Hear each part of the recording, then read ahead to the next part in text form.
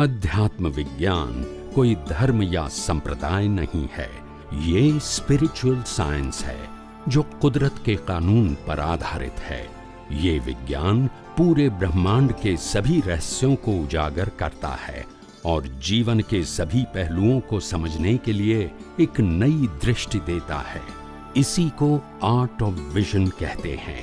दुनिया को देखने की एक नई दृष्टि, जो अध्यात्म विज्ञानी परम पूज्य स्वामी श्री कमलेशानंद जी के निर्देशन में सनातन सत्य का अनुसंधान कर हमारे जीवन को प्रकाशित करे।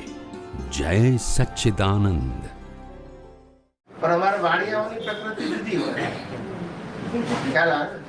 વાણિયાઓ લોભિયા હોય ને એટલે એની બુદ્ધિ વધારે હોય કારણ કે અહિંસક કો ડુંગળી લસણ બટાકા ના ખાય એ બુદ્ધિ પાવરફુલ હોય એટલે અમારે વાણિયા હોય નાની બની વાત 10 વર્ષનો હતો ત્યારથી એટલે અમને ટ્રેનિંગ એ આપે કોઈ ક્યાં બી કરે ક્યાં તો અમને શું જ પડે એમાંથી એક હોય તે અમને પહેલેથી શીખવાયેલું કે चप्पल एक जमणी बाजू ने एक डाबी बाजू राखे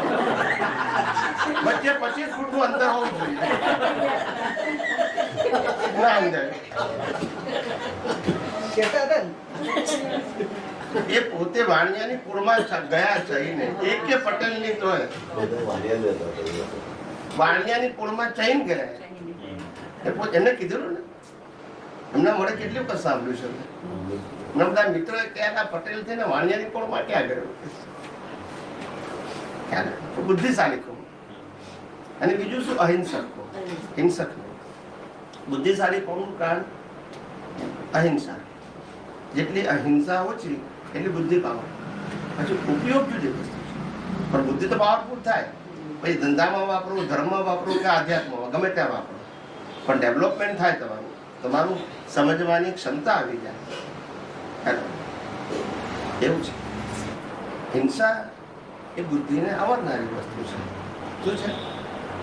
એટલે તો આપણને કહેવત પડે છે એકની એક વાત હું 10 વખત તો ના સમજે તો તારા મગજમાં બટાકા ભરે છે કેમ બીજા કોઈ નામ નથી પૂછતા કારણ કે એક બટાકું ને 1 મિલિયન તમે ભીડા ખાઓ તોય વધારે જીવ ખાલી એક બટાકા મળશે કારણ કે બટાકા જીવોથી ભરેલું છે ને ભીડામાં જેટલા દાણા છે એટલા જ જીવ છે એટલે હિંસાઓ છે ખ્યાલ આવે એટલે બુદ્ધિ પાવરફુલ ના થાય સર કાંદા માટે શું માન્યતા એ તો તામસી ખોરાક છે એટલે એમાં હિંસા તો વધારે છે પણ સાથે સાથે તામસી એમાં જીવો તો વધારે છે એમાં બી ક્યાં હોય છે બી ના હોય તો આખું જીવોનું જ બનેલું હોય બી હોય તો બી પ્રમાણે જીવ હોય આપણે તમે લીંબુ ખાઓ તમે નારંગી મોસંબી ખાઓ તો જેટલા બી છે એટલા જીવ કહેવાય ક્યાં રહી ગયો પણ જેમાં બી ના હોય આખા બધું જીવ કહેવાય એટલે બધી કંદમૂળ બધા જ જીવોથી બનેલા બસ આ ગાજર હોય બી હોય ના હોય પછી આ પેલું આપણે શક્કરી હોય પછી આ મૂળા હોય બી ના હોય એટલે જીવોથી બને એને કેન્દ્રીય એટલે એમાં હિંસા બધા આ બધું સમજવાનું બધું પણ વૈષ્ણવને એટલું બધું ડેવલપમેન્ટ નથી જેટલું જૈનનું છે એટલું આ બધી બાબતમાં સારું વૈષ્ણવ લોકોનું એટલું ડેવલપમેન્ટ નથી જેટલું જૈનનું છે. વૈષ્ણવ તો બટાકા ખાય હા એટલે જ કહું છું. બધું જ ખાય. સ્વામિનારાયણ વાળા ખાય એટલે કહું કે વૈષ્ણવ લોકોનું એટલું ડેવલપમેન્ટ નથી. ધાર્મિક કરા